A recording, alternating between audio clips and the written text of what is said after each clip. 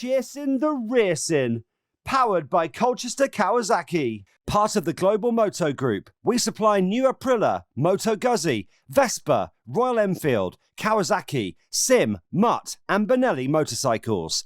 3, 2, 1, and welcome back to Chasin the Racin, episode 153, and we're delighted to be joined by BT Sport lead commentator for MotoGP, Gavin Emmett. How's it going? Not too bad. Good to see you, lads. Good to have you parked outside my house. Baby monitor's on, so we are ready to go. We just had a quick break, a quick coffee while what were they doing during the massive I've no idea. These road people just turned up and dug a hole in front of my house. Well, the good thing is I was 5 minutes behind. He walked through the door. They're looking for his vault for his year's wages. So they're just digging underneath the house. We're going to have to go a lot deeper. And they'll still find nothing. Brilliant. I'll tell you what, though, Chrissy, I'm really looking forward to this because in theory, this should be the easiest podcast in the world. And to the point, you actually set this one up. So the sound quality is all to do with Gavin here. It's all you, mate. All the pressure's on your shoulders. So I'm really looking forward to this. I'm worried now. No, I'm looking forward to it too. And you might have to stop me sometimes. I do tend to rabbit on, but that is part of the job, isn't it? Of course, especially on Chasin the Racin, 100%. Exactly. And like you just said, you're not by yourself, are you? We've got your little girl with you on the side as well. Yeah, so she's it's nap time, so we've taken advantage of while she's having her nap to get inside the back of the van here and squeeze one out quickly. Not a child. A podcast. There we go. Good. I tell you what, though, we've been digging through the personal life already. We've just found a corona baby. Pretty much. Little Edie Emmett. She is about 17 months. She was born, November in corona year. Fantastic. That's why my podcast went to pot, because this child appeared on the horizon, and there was I was doing all the editing, mixing, and you guys know what a bit of a nightmare that is to get getting a podcast out. Even the best of times. So. We get quite a few messages, especially through lockdown, of people saying how much they sort of enjoy, like once a week, just getting a little bit of time to think. And it's funny because that's kind of how I felt about your podcast, because obviously I listen back to ours when like editing and stuff, but it's when you've already had the conversation, you're like you're not really learning anything, or you can sort of enjoy listening back, but it's not the same. So to listen to somebody else's podcast that was doing something similar, like I used to really enjoy it, to be fair. Yeah, well, that's nice to hear. It's coming back. I would like to, but again, it's finding the time between. You guys are with me, and I am daddy daycare when I'm at home. I am my other half works hard, so I'm often too busy. But we'd like to do it. We would like to do it, but you guys are doing better. So how can we compete? There's no point even trying, is there? We're gonna have to highlight that one. you lads do it better. There we are. Just put a pin in that one nicely in the top corner. There we go. You guys are both more competitive than me and Neil Hodgson. That must be it. So you're definitely going to come first. Mind you, I'm totally jealous because every photo of it gassed out was I think Neil with a pint or something like that. I'm going, Chrissy, this is what we're missing, son. This is the massive edge they have over us. An ale. Yeah, that was an embarrassing day in Czech Republic where I was actually looking at him thinking, oh my God, that's his second. I know it's all going downhill from here. No, my opinion, I think it went up. So I mean, straight off the bat. Performance does, but I mean, it's a serious cliff edge when you get to the top. Easy done. And we've had Neil on the podcast. I think we've had him on twice, haven't we? Once. But never to this personal level. Yeah, though, never. It was when we're doing Skype interviews, like right at the start. Yeah, sure. And he's a great fella. Neil put a lot of time from when. Like nowadays, you kind of known as a duo, and you kind of bounce off each other great, and like it's almost like you could have been childhood friends all the way through. When did you actually first meet Neil? Hilariously, so I first met Neil. Obviously, I knew about Neil, but I first met him when he was doing MotoGP, because I was working. I used to be basically a staffer at Dorna. Back in the day, MotoGP, when their website first started, myself and Matt Roberts were involved right at the very start of it. But through the early years of that, I did the television side of things, and so I would do a lot of interviews with Neil. He doesn't remember. Which is quite, but it was quite a tough year for him. That the second stint in Grand Prix, that's 2004, when he was with the Dantine team, and so after he'd won the World Superbike Championship, and he had a tough year because the bike was really, he was on the original.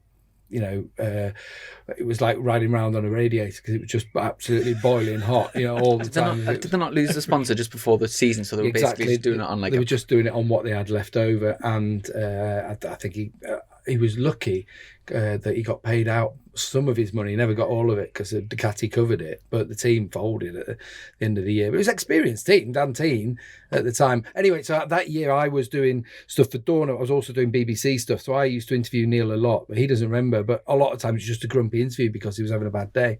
Or his wife, his ex-wife, his wife at the time would be coming out and saying, he's just having his lunch, so do you mind coming back? And I just think sometimes it's just best leaving it. So that's when we first met.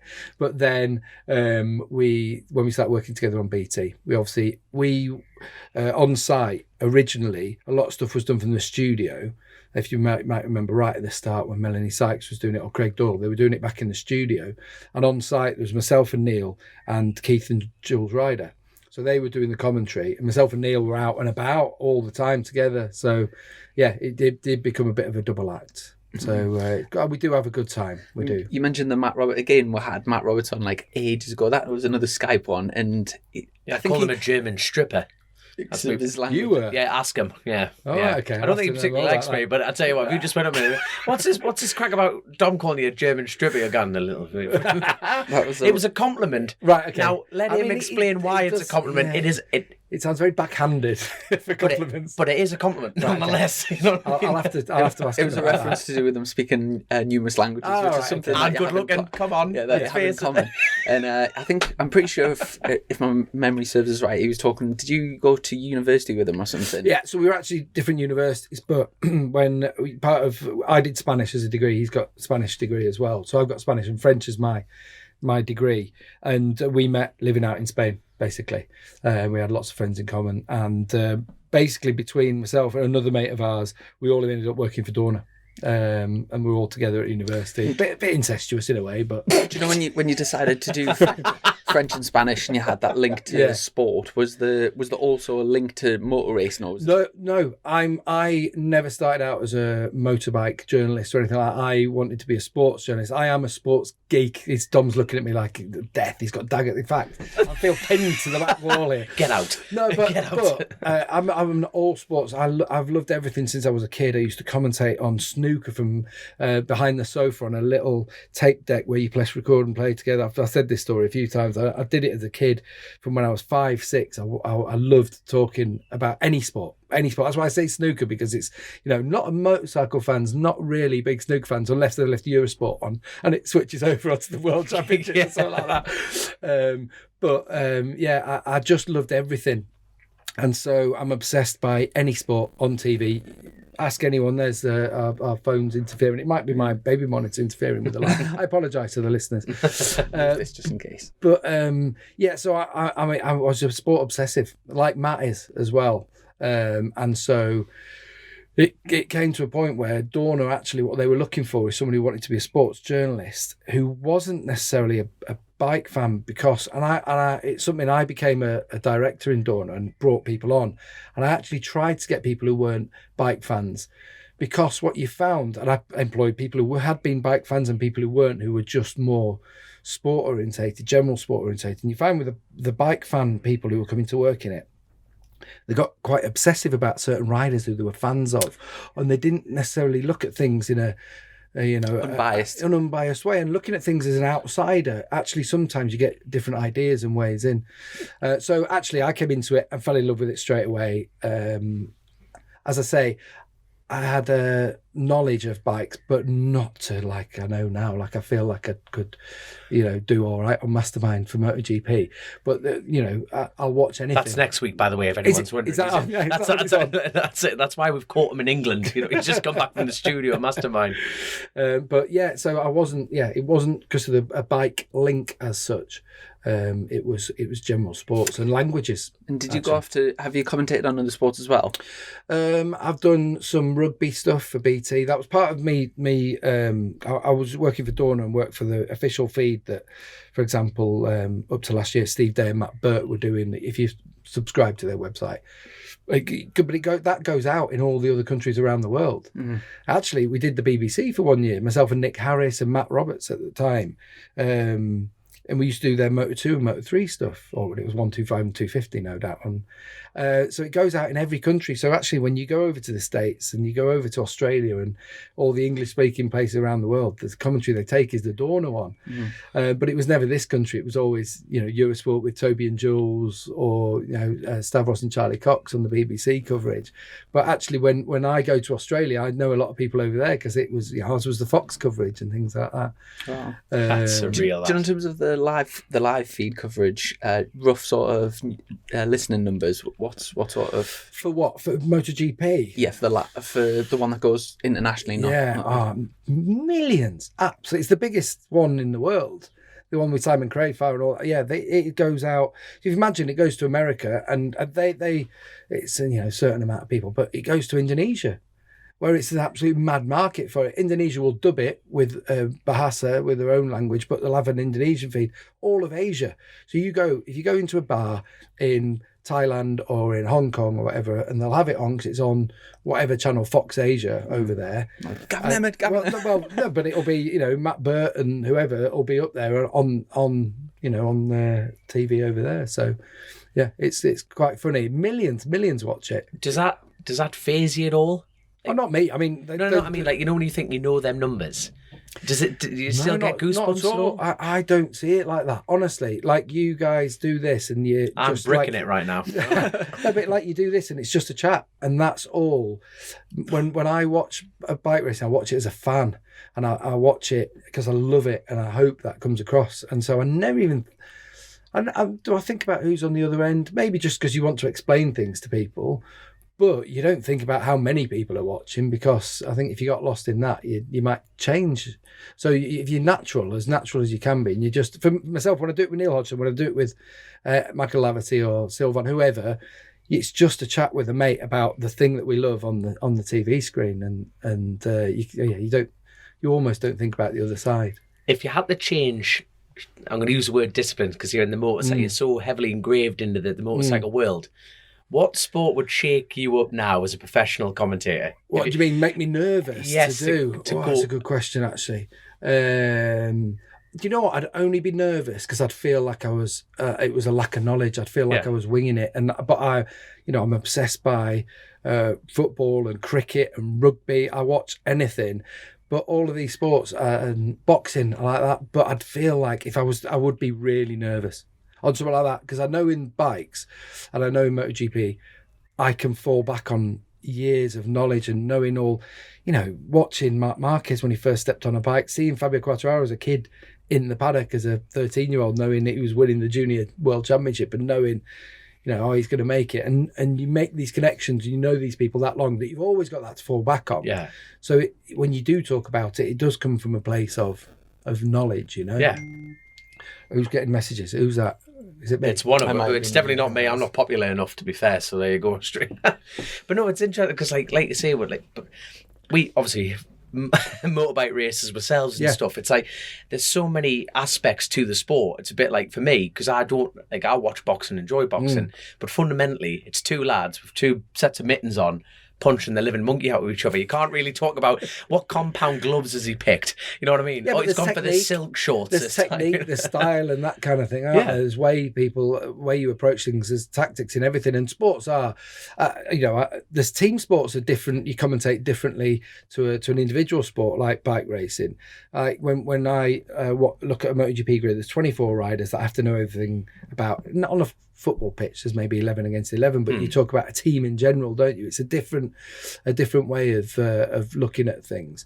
So I'd be nervous on any other sport, I guarantee. And I've done other sports. I have done bits of football, I've done rugby and all these sorts of other things, but I'm more nervous than when I'm doing the bikes. Do you know, in terms of, like, say, if you commentate on a MotoGP race and after you've done a few rounds, I presume it would be, you sort of get to know certain riders like really well, and you might get some like good stories about them, and there might be your kind of go-to riders, but after a while you might spot that you're missing out like certain people. Is there do you have any system that like sort of self-regulates so you're not it's not from like a teaching point of view. When you get a new class, you might learn like 5 of the kids' names, and then when it comes to asking a question, you always end up just going to the same fail-safe, 5, yeah. and then you get a couple of weeks in and you're literally like, do you know what I'm saying? Well, do you know what? I think we've got to the point in MotoGP in particular, whereby all of them are Grand Prix winners. So I've seen them all and talked about them all since, if it's Darren Binder, since he's won his Moto3 race that he's won, or, so all of them, you know everything about all of them in MotoGP. When it comes to Moto3, I think you do have certain ones that you know about, and there are new ones coming in. But ones like Pedro Acosta comes up last year out of nowhere, and you think, I've got to keep an eye on him. But you thought that about Isan Guevara in Moto3 last year, and now he's challenging for the championship this year. So the people appear on your radar that then what I'll do is I will go and speak, because I know all the press people, or I'm lucky in that I speak languages like the German stripper. I don't speak German, and you definitely don't want to see this strip. But I can speak to a lot of these riders in their own language, and that makes a big difference. Right, yeah. So other than French and Spanish and obviously English and Italian and Catalan, I'll get by on as well. And a lot of the Spanish in the paddock are Catalans. Right. A lot of them. What's your Geordie like? Absolutely knackers. What would you say? I can say Kawasaki is the best word to say in a Geordie accent, isn't it? Let's face it. Kawasaki clutch cover. Kawasaki clutch cover.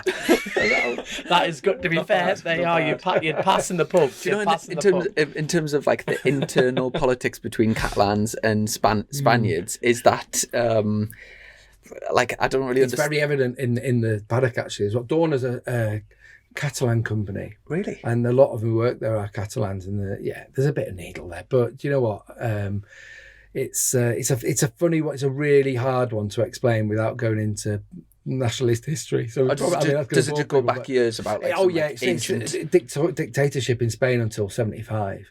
Yeah, that was very Spanish, and there was no regional identities. So it'd be like, you can imagine what that, and then suddenly since 1975 it's all opened up, and it's actually, it's like Scotland and independence, that sort of similar kind of thing. But imagine that Scotland had been forced to, not have Scottish accents and only, never have Scottish language or Welsh language or Irish language taught in Northern Ireland, that sort of thing. And there'd be a lot of, we've had it here with the Troubles, haven't we, in Northern Ireland. So yeah, it's it is a big political issue. People are proud of where they come from, but I can't. So in terms of, can you tell like from the crowd's reaction if who wins? Like say if there's a Catalan rider wins in the Catalan. Yeah, true. And actually, it's the Spanish national anthem. If you listen next time the Barcelona Grand Prix, Catalan Grand Prix, listen to the Spanish national anthem. If a Spaniard wins, Catalan wins, they'll play the Spanish national anthem, but it will be booed. It will be booed by the crowd. Really? You listen out for it. Next time the Catalan have their own. Well, because they consider themselves a country. So when they play Spanish national anthem, which is called the Royal March, you can imagine it'd be like an independent Scotland having to play God Save the Queen. And it wouldn't necessarily go down well. Instead of Flower of Scotland before, that sort of thing. When Jack Kennedy wins a BSB, yes, do they play the Irish or the? Jack Kennedy's Republic of Ireland. Yeah, because he's that's it. That's it. But there are Australian ones like Michael Laverty. Yeah, the Laverty brothers. He raced under the British flag and Eugene under the Irish flag. A lot of times that I'm not going to get into the politics. Yeah, let's go around this. But there's a similar sort of. You can imagine how it would be. So yeah, just listen out on a podium from the Catalan Grand Prix. Mm. And if there's a Spanish rider or Catalan rider, Catalans are Spanish ultimately. Then there will be booing on the podium. That's mad. Funny because when you're oblivious to it, you see them all as Spanish, and there's no segregation. Like so, if you said to me, "What's Marquez?" He's Spanish. I've got no idea if he's like. Yeah, but they are all. They were all Catalans, you see. So Marquez, Pedrosa. It was a time when they were all coming from that region. Lorenzo's from Mallorca, but it's all part. They speak also Catalan on Mallorca too. So it was all seen as that sort of thing. But now there's different powerhouses coming. So Jorge Martins, from elsewhere. Bautista actually is from around the Madrid area. Acosta and Guevara. I think Guevara's from down. Not sure where he's from. Acosta's Murcia though, and there's a few coming coming from Murcia too. So Do you know, from all the time you've spent over there and obviously speaking the language, do you feel very at home in Spain? Yeah. I lived there for 10 years. I lived over near Barcelona for 10 years. So. In terms of the dialects, like from around the thing, can you, if you hear a Spanish person, I can hear like an Andalusian southern Spanish accent, 'cause it's really hard to understand. I when I was at school, I used to go on exchanges, and we went to Jerez. Right, that's where our school exchange was. I remember going to the Jerez circuit. It must have been, when was I first over there? About 93, 94 maybe. And they were doing Formula One testing at the time in Jerez, weirdly. And I was at the track one day. It was in February, way back. Anyway, they used to tell me, and you're like this as a Geordie, Dom, right? So you say learning Spanish in Jerez is like learning English in Newcastle. Nigh on impossible. There you go. It's really funny because I did a little bit of time around that sort of area. They were teaching us off. So I was staying with a Spanish family. None of them could speak English, and I couldn't speak Spanish. So we're literally sat on a street on a night with Google Translate, like communicating like that. They properly took us into the family. They took us down into. That's because they didn't understand you. Yeah, we went. If they didn't really know. It was funny, right? They said in our sort of broken translations, they invited us out for a family meal, and I was thinking, no, that's really cool. We'll go for like a nice Spanish, like a traditional Spanish food and thing. So all the family got dressed up and we jumped into cars. We went down into Jerez, and they took us for a McDonald's. It's like classic Spanish cuisine. We all sat El Big Mac. Yeah, we all had a McDonald's, but they were teaching. So like, you know, sliding you over a Happy Meal. Like they don't pronounce the S on the end of this, so they say adio. Yeah, adio. Like that. So you've got to be careful when you ask for a chicken sandwich, right? This happened to a friend of mine when we were over there as kids. I said a McPollo, right? Pollo is chicken. Right, but if you ask for a McPollo with an A on the end, you've just asked for a McDick sandwich. So just be careful next time that you're ordering a McDonald's in Spain. I just want to point that out to you. I can see you get it wrong, Dom. Just some bloke just winking at you again. The customer service here is outstanding. That's it. Why is he going down an alleyway? Take him round the back for a hot dog. That's it. Why is he giving me more money back? What's going on here? What's your favourite part of Spain? As in, no, like say if you were going to buy a villa somewhere, where would you choose to stop? That is a good question. I'd buy on one of the islands. I love Ibiza. I love Ibiza and Mallorca. Is that the party? Have we got a bit of a party out of Olympic? It was back in the day. Not anymore. I've got a child. Got a young child now. Doesn't matter. No, it'd probably be somewhere like. They're beautiful, beautiful places. And you can get to all of the world. What I like about those is everywhere flies there, so I can still do my job. Got to sell this one into the missus, haven't I? I was about to say, surely in theory, you know, is your job not easier to work, live out in Spain? I did for a long time. Yeah, I did it for many years. But you miss family. You do. Anyone will tell you who's lived abroad that if you've got family, I had family close in Leeds. That's why I'm back in Leeds now. I'm from Leeds. So yeah, it's the only person in Leeds with a tan. It's not too bad, is it? Yeah, it's all right. Better than ours, mine. It goes to there. It's just a t-shirt, but you must do some travelling in a year. Do you count your flights or air miles or anything? Not really. I just know it's a lot. But I know we usually spend about a third of the year out of the country. That's right. If you, when I used to go out a bit earlier when I was reporting, you'd have to go a bit earlier, like Nat Quirk is doing now. Who's the reporter now for BT? Then you go out a bit early because you're doing the full media day when you've got to go and film with people on days before, that kind of thing.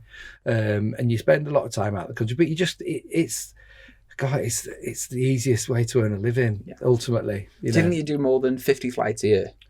Yeah. Bear in mind that just to get to Argentina, I took 8 flights.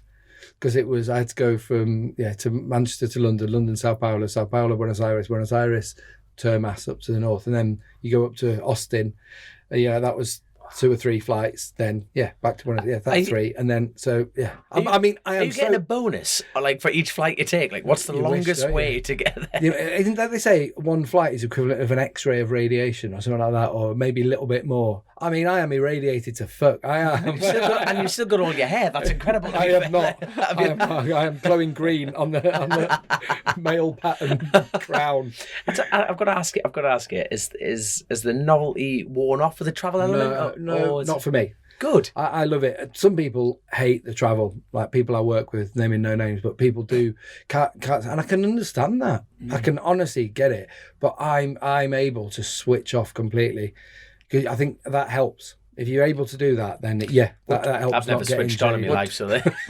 What do you do to kill time? Do you know while you're travelling? Like, do you read or listen to stuff? I listen to Chasin the Racin podcast. Good plug. You smooth son of a... Yeah, I will actually listen to a lot of podcasts, and I'll read a little bit. But yeah, mostly listen to music and podcasts, to be honest. Do you, I presume now and again you'll get stuck to sat next to some like MotoGP fan that just wants to just ask you questions the whole time. I've had that a couple of times. Yeah. Which is fine. I love that. That's all right. I feel bad because I can just keep talking, so I sort of feel bad for everyone around. I've also got quite a booming voice, so I feel bad for people around in that situation. But there are times actually when you do want to switch off, like you've had a tough weekend, but ultimately they're just like love bikes like me, so I've got no problem with that. It's when you're sat next to, and I've been sat opposite Neil Hodgson had it, and he was sat opposite Andrea Iannone. That conversation lasted about 10 seconds, but I've had them sat with Lorenzo, and they'll just, it's when they're sat next to you and they'll go and they'll put the screen up, or they'll just stop, like, fine, no problem, I'm all right. I never wanted to chat anyway. You're getting roasted on the commentary next Grand Prix. Yeah, absolutely. You think you have the power. You think you have the power. There's no power like the power of the mic. That's the one. So true. That is the one, my man. I tell you what, have you ever, I must ask, because obviously you know multiple languages, have you ever caught anyone out? Like, when you've lived in Spain, you've gone in being English. Absolutely. And they're like, Englishman. And yeah, that has happened. Myself and Matt Roberts have been caught out as well, the other way around. Right. Yeah, but do tell. No, do one tell. I can't tell. Actually, that wasn't a language one. That was Matt Roberts. I'll let him tell the story. Basically, he messaged. Well, back in the day when we used to work on the web, you would MSN Messenger before anyone got into all these WhatsApps and all this. MSN Messenger was the way forward, and he clicked on the person that he wanted to talk about, who was sat in the same room, to say he was an arsehole, basically. And it went to the other chap, and all this was going on while I wasn't aware of it. Fantastic. And the other one goes back, I think you sent that to the wrong person, because it was in English. You think he might not understand, but he understood. He definitely It's understood. a pretty universal word, isn't it? Arsehole written across the screen. It doesn't matter what language that's written in, son. But yeah, I've definitely caught people out in the past, and then you fire something back at them, they're sheepish, and suddenly you get decent service. Straight away. And out of all of the Grand Prix that you travel to, you must go to some like amazing places. What's the best locations for like? So Austin, where we've just come, Austin is superb. I'd recommend it to anyone who's a lover of life. No, but I'd recommend it to bike fans. The track is not the greatest race track in terms of racing, although it was all right, the recent ones that we had. Why, in your opinion, why is that then? Why is...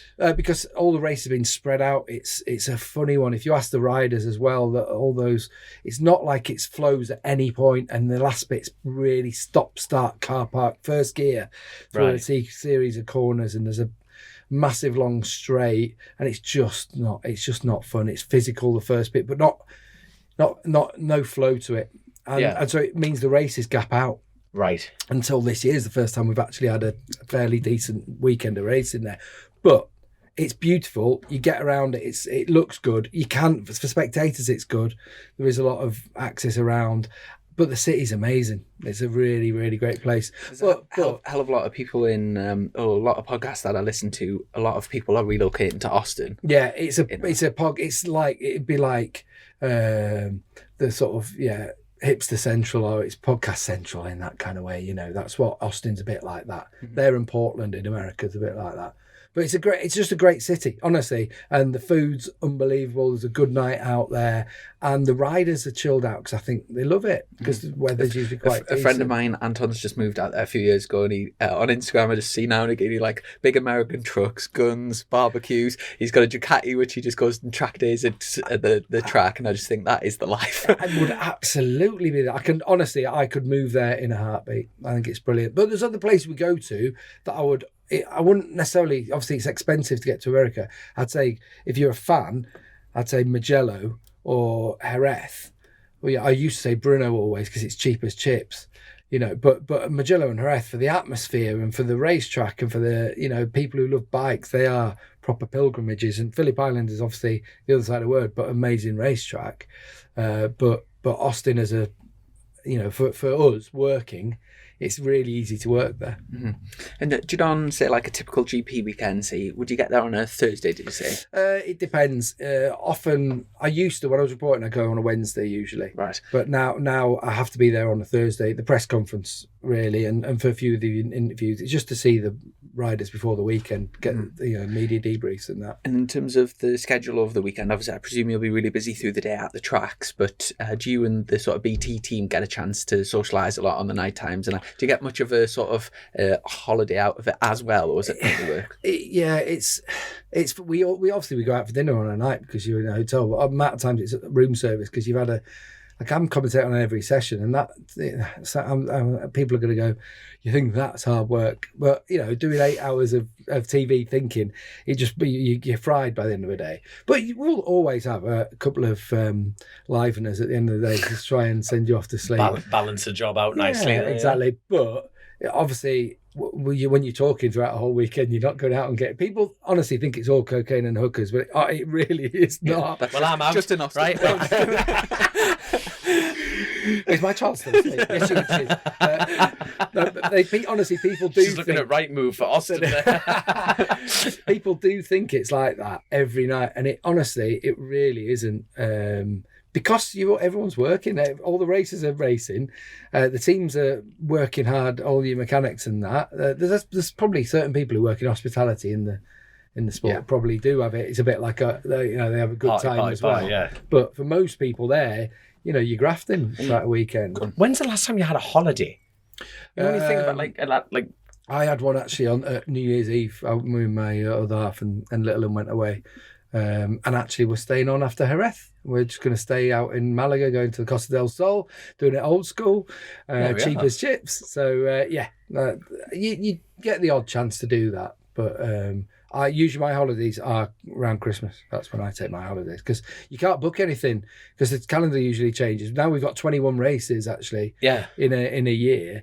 Well, that's 21 weekends plus other weekends for other stuff that's going on. So it's surreal, isn't it? Do you know, just in terms of the BT team, so for the BT coverage, what size is the team that actually goes to the circuit? Well, it's just changed. So BT is now, like all of the TV channels, they're all going remote. So the Sky are doing it. BT have already done it with a lot of theirs. So a lot of it's done from London now.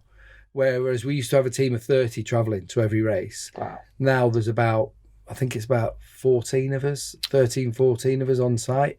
That's still a massive concern. It's still a big concern, but then you've got, you know, actually then there's more people in London you have to have but they're not travelling. So you're saving on flights, you're saving on hotels. When you think of you've just mentioned 8 flights to get somewhere, imagine 14 people, 8 flights there, 8 flights back.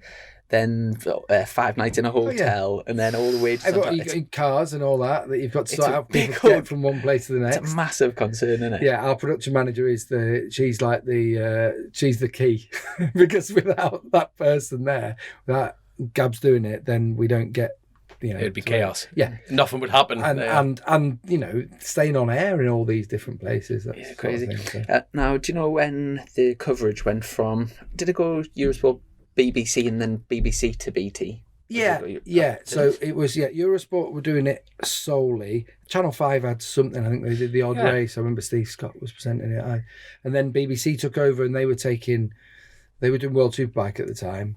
And so BBC took over. Was it 2005? Because I did the first year actually of BBC coverage. I was their reporter for that year. When Susie first did it as a full live broadcast, and they did it for all the year through Matt Roberts presenting on it, and then it went to BBC. All the while, Eurosport were doing it simultaneously in those years of the BBC. And then when BT got the full contract, were you involved in the team from the start? Yes, right from the very start. What was your initial role? I was reporter. I was always going to be a lead reporter. I'd done presenting for American TV. I'd done all the commentary I'd done commentary since 2002, 2003. I've been doing that, but no one ever heard me in this country. It was always out in other countries. So I'd been doing all these things. So I went to BT and said, I can commentate for you. I can do this for you.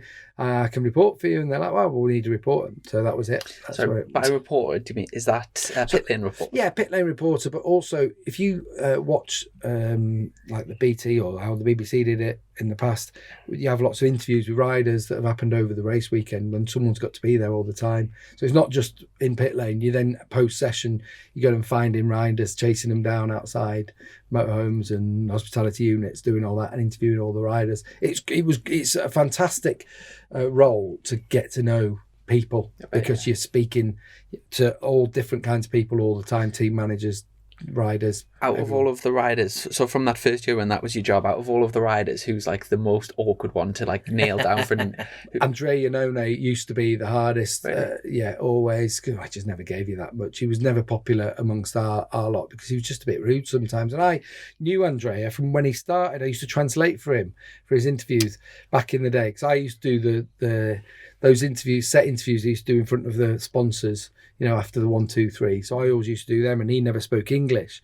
But he could a little bit, and his PR lass would always say to me, get him to speak English. And I'd ask him in English, and then he'd always look at me and, not a chance. Ciao, come stai? And he'd like start speaking in Italian. You're like, oh, mamma mia. You would think that every time. And so I knew him really well, and he changed a lot over the years, did Andrea. Was that just with the success and the fame? Yeah, I think so. It happens, doesn't it? It's going to happen when you... Is he it doesn't happen to all of them, we'll say. Is he only still out on the whole... Was it something to do with performance enhancing substances found? And then there was a big debate over it. He went to the Court of Arbitration for Sport, ultimately, and he was banned for 2 years, and he contested it, basically, and they upped it to 4. So he was found to have a steroid in his system. Now, he still maintains to this day he's innocent, and it was contaminated meat. But the Court of Arbitration for Sport, the onus is on the athlete in that situation to prove that they didn't ate contaminated meat. He couldn't even produce a receipt from the restaurant from where he ate. So you're supposed to keep a log of all these things. You're supposed to, if you're on the ADAM system, and MotoGP signed up to WADA, the World, what is it called? Anti-Drugs Association, whatever it's called. So they're signed up to that. So they're all got to be on the ADAM system. You've got to say where you are. You've got to be ready. Cal was one of the people at the start when they were trialling it all, and he'd have people turn up to his house at 6 a.m. for a urine sample and that sort of thing. But you have to say where you're going to be for an hour every day of the year. Is it quite common for people to get tested like MotoGP? They get tested regularly at the racetrack. Right. Out of competition, it happens not as much as you might imagine or you might think. You see, the mad thing is, it just doesn't really get discussed, does it? Obviously a big incident like that was very, very, very publicised, but like you say, it just doesn't really. What about BSB? They don't. I'll take one. Go on. Sugar free for me. You get a body like this by sugar. By drinking pints and pints of beer. It. Sweet ale. But have you been tested for drugs? You are for Burnhamfield? No. I think British Championship's not. I don't know anyone that's been tested. Well, I'm not. I couldn't speak for BSB because I don't know how they do it. But I'm sure what happens in MotoGP is everyone who's on the podium is tested. When they have the testers in situ, and that'll be one every 3 races pretty much, but they don't tell you beforehand, obviously. And there'll be a random as well, so they'll do 3 and another one often. The riders say it's not enough, actually. His was a steroid, muscle building steroid, right? And he says it was present in the meat that he had when he was in Malaysia, and in Malaysia they don't do that to their meat, so it's a bit of a weird one. A bit of a red flag on that one. One of those. Gav's calling bullshit on that one. Yeah, well, Court of Arbitration for Sport called bullshit before me, so I'm allegedly. I feel like I'm on Have I Got News for You here.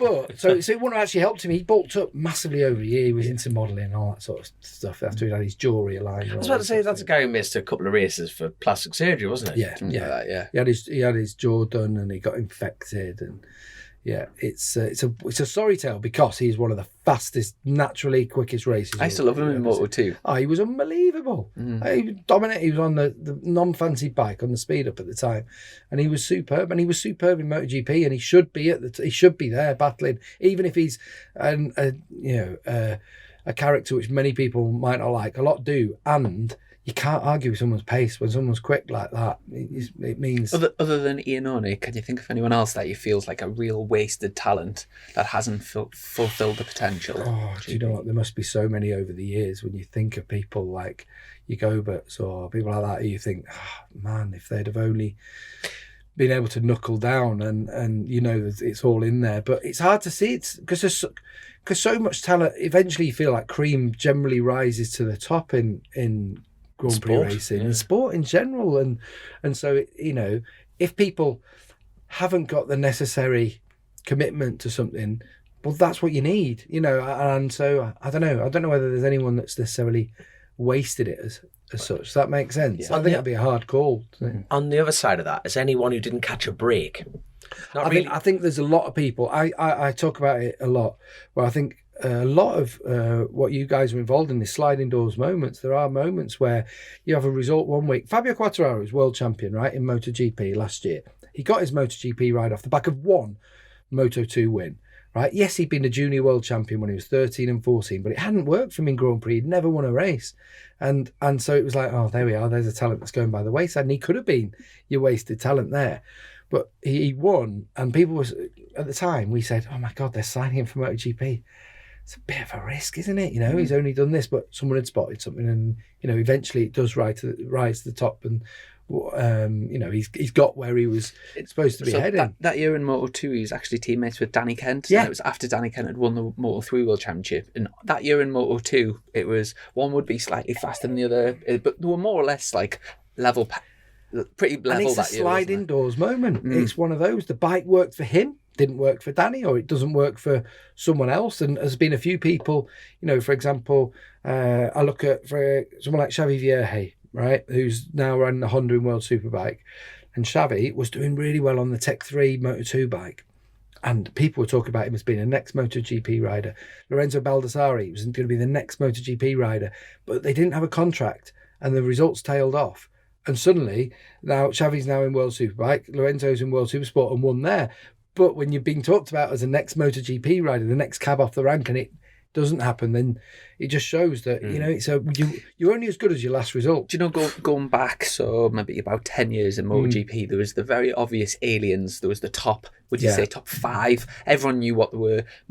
In terms of predictability, you sort of knew the top 5, or the top 5 bikes were going to be in the top 5 if they all stayed on. And it was as if from the spectator's point of view, it was as if those 5 were much better than the rest of the field. Recently, I think there was a stat the other day where there was like 14 different winners in the last 30 races or something mad like that, which is completely to think. Like say 10 years ago, that would just be ludicrous to suggest that. It then sort of bodes the question: were them 5 riders that special then, or was it that the top sort of 3 or 4 teams had the best bikes, best tires, and there might have been people that were sort of mid pack at that point that if they were like on the best bikes, it's difficult to answer that one. No, but I know exactly what you're saying, and I think both things are true. I think they were still the best riders, and they'd got onto the best bikes, but there was such a disparity in bikes there. If you were on a satellite Ducati, it was just forget about it at the time. That, you know, that was what you were dealing with. Or like let's for argument's sake say go back 10 years and say Bastianini was on a satellite bike then. Yeah, it was virtually guaranteed. He might be like sort of getting 6th and 7th. No, but that's why we hadn't had a satellite bike win a race. It was Tony Elias beating Valentino Rossi in Estoril 2006. That was the last time we had a satellite bike winning a dry race up till whenever it was in the lockdown. I can't remember off the top of my head. You know, so you're talking, it's a massive gap, and the sport has changed a lot in the last 2 years. It really has, since lockdown, and obviously Marquez being away meant he didn't have the dominant factor there. In 2019, there were still 8 different winners. Mark won by the biggest points haul ever. He finished first or second in every race apart from Austin when he had a bike malfunction. And he still dominated. But there were still 8 different winners that year. But it was one week, it was one another week. So it was getting to the point where it's competitive. And I still think that today, what will happen as we get to the end of the season, it's a 21 races, a long season. I still think that whether it be Marquez, whether it be a Quartararo, And for me, I would say a Bagnaia, although he's had a tough start to the year, I think that's more the bike than him. I think over the course of a year, I think that's why Joan Mir became champion, because I really rate Mir in terms of his consistency. Yeah. And I think that's where your cream is rising in terms of you have to be consistent to get there. And I think when we get to the end of the year, they could be your top 4 in the championship. I hope to be proved wrong, because that means it's even more competitive than you expect. Do you know, in terms of the likes of Martin, and there's a few of them where like maybe 2 or 3 Grand Prix they'll either win or be on the podium, and you think, wow, they've made the step. Or like say Oliveira, there's been times where he's like won races and things, and you think, wow, he's now joined the top sort of aliens, if you like, and he's going to be there consistent. Then the next Grand Prix will be like 19th. Did he get in the points? I think he missed out on the points last time. I've got him in my fantasy team, the bastard. But yeah, it's one Miguel, I rate Miguel as highly as not Marc Marquez, but as the next rung of the ladder. I think he's that good. I think he's someone who never got a break. Actually, you talk about people who never got. He had to come through a really roundabout way. The year that he and Maverick Vinales battled for the Spanish Championship, which became the Junior World Championship, Vinales won it and got the deal. He got on he was paying to ride basically in 125s, and then went to Mahindra, and they weren't.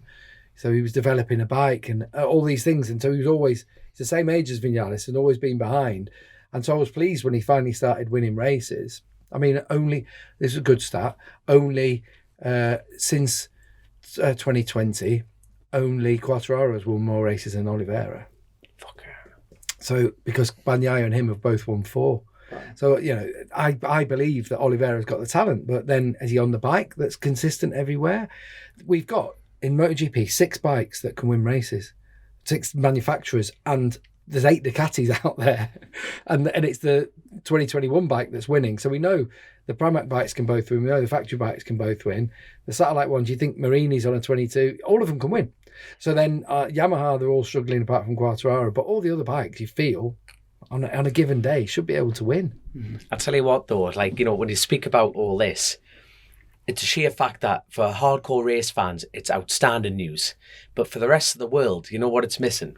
That one Cape Crusader, like a Rossi. Yeah, you know what I mean. The whole you know what I mean. I know what you're saying. I know exactly what you're saying. It is, you need a storyline to hang things on, and it's really hard as a storyteller, and that's what I sort of see my job as telling the story of what's going on. It's hard to get your hooks into something. It's hard to say this is the thread that's running through, because. There's that many. We haven't got a clue. We look like idiots every week. You really do. That was actually good. Like one of my probably most important questions to you is who, in your opinion, is going to be the next Rossi? Is there going to be a next Rossi? I don't think. I think he's unique. I think Marc Marquez, right? I rate him as highly as Valentino. Yeah, 100%. Right. And obviously, I just think his comeback story is going to be the story. That's what I believe at the moment, because he's getting there. In Austin, he probably could have won if he'd have not whatever happened at the start, whatever happened with his bike at the start. I think he more than likely would have won, and that's for me after what happened in Indonesia, that ridiculous crash he had, and coming back, and I just think that could be the story. Him playing catch up through the year. I'm saying Bagnaia playing catch up. Neither of them had a podium. So I think that's going to be the bit of the thread that we can hang things on. We're just saying tonight, me and Dom are going down to the North Yorkshire Road Racing Supporters Club. Rossi's turning up here. Hickman's there tonight. Well, pretty much. And I think the last time I seen you in person was when you were there with Dr. Martin Rains, I believe.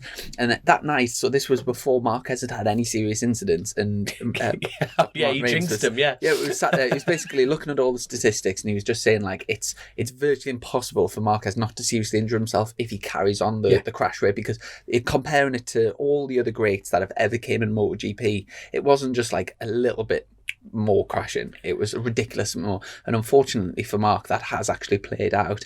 But just going off the Martin Rains thing, I presume it's his full-time job to come up with loads of statistics. So he's giving it up now. He's not doing it now.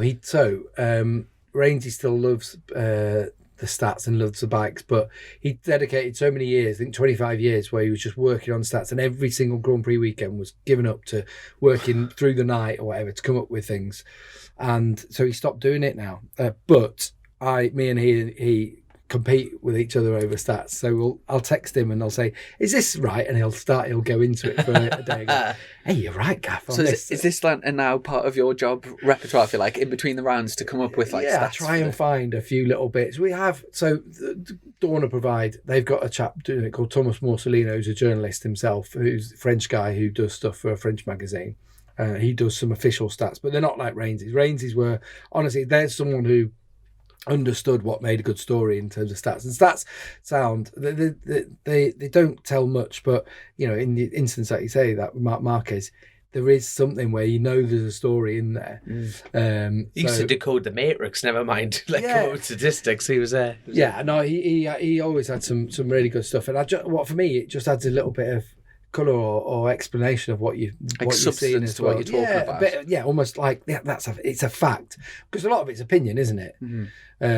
So it adds a little bit of that into it. These days, is there ever a time where you like sort of wake up in the middle of the night and you're like, and you have to get a notebook out and write it down, or can you sort of switch off from it? Like a zombie. No, there was one the other day that I texted. I was texting Rainsy about it and said, "Am I right in thinking?" And we went through. I'll have to go back, actually. I'll have a look. I can't remember what it was. I was going back and I was like, Rainsy, am I right in suggesting? And he said, I'll have to go and check about it. There we are. It was about Fermin Aldeguer, the 16-year-old, being the youngest Moto2 winner. And that was it. It was when Aleix Espargaro was going to win. I said, I think, in my opinion, he's going to be the rider that's taken the longest to win a Grand Prix. From his first Grand Prix to his first win. To first win. It'd be the longest. Am I right?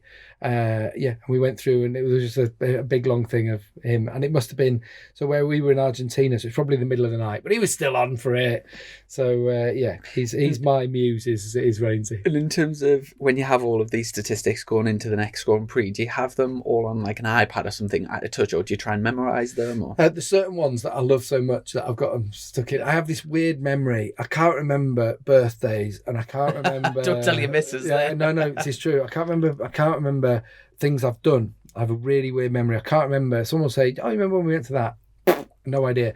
But then I'll remember a statistic about a rider and how many races they've done and weird stuff. And I've got quite good memory on those sorts of things. But before a race, I have in front of me, I have an annotated track map where I've gone through. I've got all speeds and gears, and I'll always put whatever sponsor board is at the back, so that when I see a shot on a camera and I see Motul or I see Colchester Kawasaki.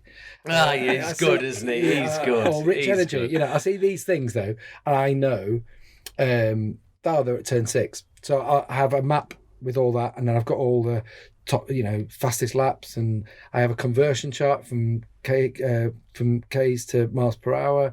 And then on the other side, I'll also have a little stat pack on every rider. I've got like a little bit, some snippets on each of all the riders. And then over the weekend, that stat pack gets bigger with things that they've said. So someone said something controversial, or someone's had a huge crash or a high side, and so you just shove in a little note. But I've got in front of me, I have my iPad, I have my computer, I've got my phone, and we have 4 timing screens, and then all the other cameras, and then I'm watching the world feed, obviously. All the time that you've been doing the job, have you ever been on live where you've had like a big malfunction where everything's went off and you've just had to completely wing it? I've had big fills, as we call them, like where you do spend a lot of time. There's nothing going on track. We've had those. I mean, I've talked through rain where nothing's happening for 3 hours, and it's just happening. Like that Silverstone Grand Prix. Like the Silverstone Grand Prix. I mean, that was lucky that we had so many of us working on that. So Susie was presenting, and I managed to drag Cal, and Cal went and joined up with them.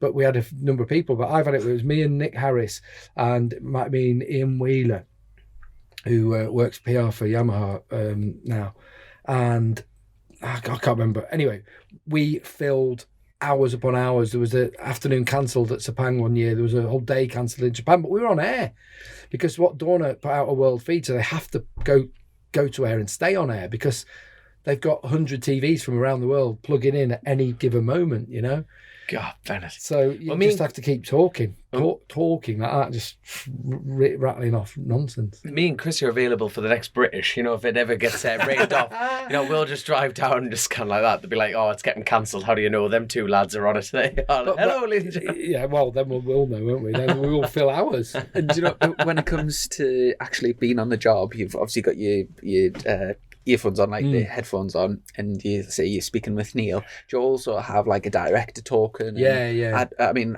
talk through like what also you're hearing as well as speaking yourself. Yes, you get talked back quite a lot. So I have there's a director talking, there's a producer talking, you have the script supervisor talking. We call them PAs in the industry. It's not PA in the same way. It's someone who basically they're counting down. So you've got a break coming up in 10, 9, and they'll be talking you through. And you're trying to.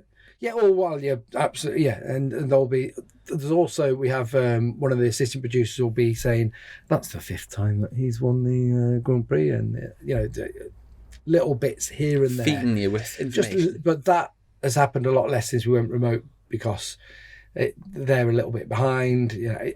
Anyway. Is that better, though? A little less remote?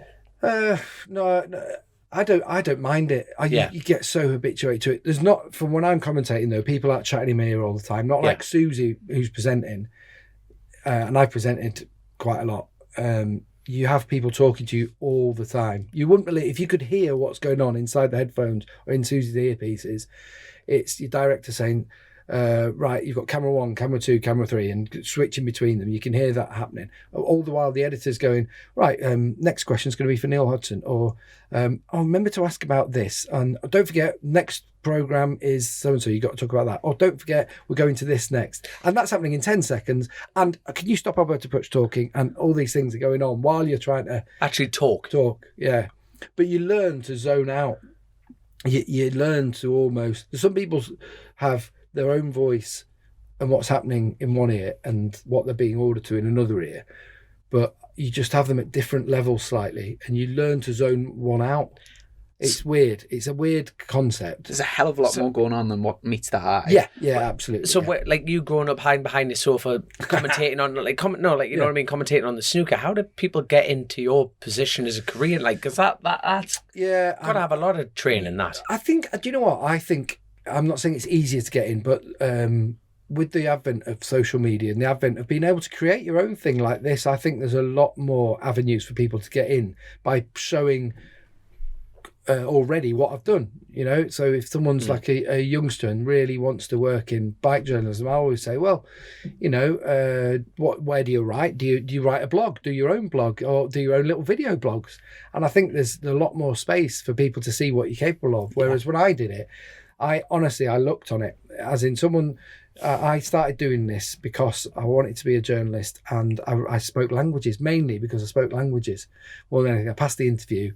I did a lot of translating work, did a lot of writing, and they were like, yeah, we're happy with what you're doing, so come on. And then within 6 months, they were like, oh, we need someone to do all that, but do it for TV. And then it was about the end of the first year I was working for Dorna, which was 2001. End of that first year, I was doing the end of season Suzuki video and Dunlop videos, because they asked Dorna to produce them. And they were like, oh, we need a voiceover. We do a voiceover. And I was doing a voiceover. And then it's like, oh, we've also got the Trial World Championship. Will you do a voiceover? Oh, yeah, we'll do some. So I was doing, you know, when Dougie was doing trials, you know, be doing little voiceovers on those. And then it just escalated. Oh, instead of doing that, why don't you do the voiceover for this documentary that we're doing? It just built from there. Where is the most obscure place for Find Your Voice? Probably beach football world championships that myself and Matt Roberts did back in about 2003, something like that. Is that on YouTube? Well, possibly. You'd have to go and find that. If you're listening to this now, pull over, please. Yeah, I'm trying to think when it'll have been, but we did that for a couple of years. The beach football. How did you even begin? Like, oh yes, it's very lubricated with the baby oil for this one. It was actually through the people who did the trials. They also did beach football, and they're a Spanish company, and we were Brits living in Spain who spoke fluent Spanish, and so we could do the feed for these things, write the scripts, and also do it in Spanish as well. How many times have you lied on air? So you've just come into it and just gone, yes, I've been following his career for years and stuff. You know what I mean? I wouldn't call it lying as such. Winging it. What It's absolutely no. It's 100% lying. 100%. You'll skirt around what you don't know. That's what I try and do. I've been doing it for how long have you been doing this now? Have you ever had a time where, like, luckily this podcast, I edit it myself, so if there's anything inappropriate said, or if there's anything that when I listen, if there's anything that when I listen back to it, I just think, oh, it's probably best if that doesn't go in. It's easy just to chop it out, which is probably a blessing. And there's been a couple of times I've got like a bit of a nervous laugh. So if I can, there's just been a few awkward situations and I just end up laughing really inappropriate times. Has there ever been anything like, obviously it's, you don't have the benefit of not going out live. Have you ever had anything where you've like sort of laughed really inappropriate time? I don't know about inappropriate, but I have said things that I regretted afterwards. Really? You know, there's a lot of innuendo that you always Fantastic. want to bring back. You know, you're saying that someone shoved it up someone else's inside and he's got a soft, he's got a hard on, and things like that. You say those things and you hear it back and you're like, please no one laugh. Please no one laugh at this moment in time, because if you laugh, I am going to die here and not be able to speak for the next 2 minutes. So to be fair, sometimes it's nice when you're actually watching the TV and there has been times like say where like it'll be if it's you, it's a Susie, bit of or crack, you and you start and you actually realise that you're humans and you're laughing and having a good time and it's. But one thing we aim to do, I remember when we first turned up at BT.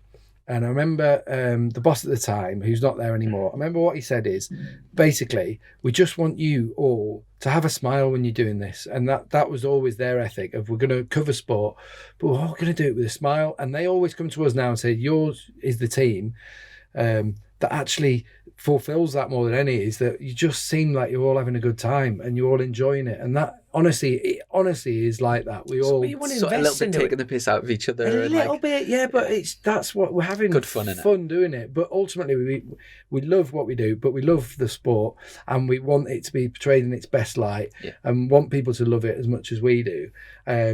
But hopefully all those things come through, that we all get on. Honestly, everyone gets on. Throughout the whole team that we had over the years, everyone gets on. But, you know, it's more than ever at the moment, the whole team is really enjoying it. And hopefully that comes across, Give me a name that you think, give me a rider, a current rider that you think would make a really crap commentator.